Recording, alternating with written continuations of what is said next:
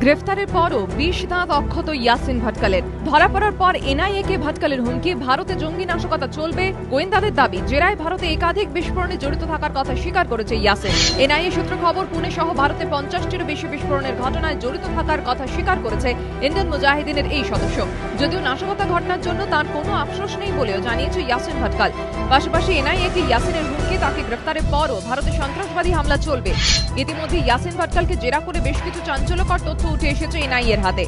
NIA সূত্র খবর, জেরায় ইয়াসিন ভটকাল জানিয়েছে ২০০৯ সালে আইএমএ শীর্ষ নেতা রিয়াজ ভটকাল ও আমির রেজা খানের সঙ্গে পাকিস্তানি আইএসআইয়ের বৈঠক হয়। ইয়াসিন নিজেও সেই বৈঠকে ছিল। ওই বৈঠকে ভারতে সন্ত্রাসবাদী হামলার পঞ্চবার্ষিকী পরিকল্পনা করা হয়, তৈরি করা হয় জঙ্গি নাশকতার ব্লুপ্রিন্ট। ইয়াসিন ভটকালকে জেরা করে ইন্ডিয়ান মুজাহিদিন সম্পর্কেও বেশ কিছু গুরুত্বপূর্ণ তথ্য জানতে পেরেছে এনআইএ।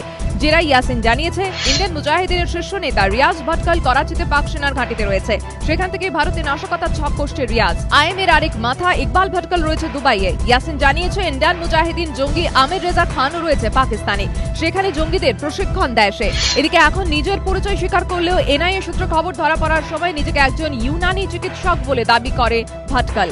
বলে তার নাম ইমরান, সে দ্বারভাঙার বাসিন্দা, যদিও শেষ রক্ষা হয়নি। গোয়েন্দাদের জালে জড়াতেই হয় কুখ্যাত এই জঙ্গিকে। এবিপি আনন্দ।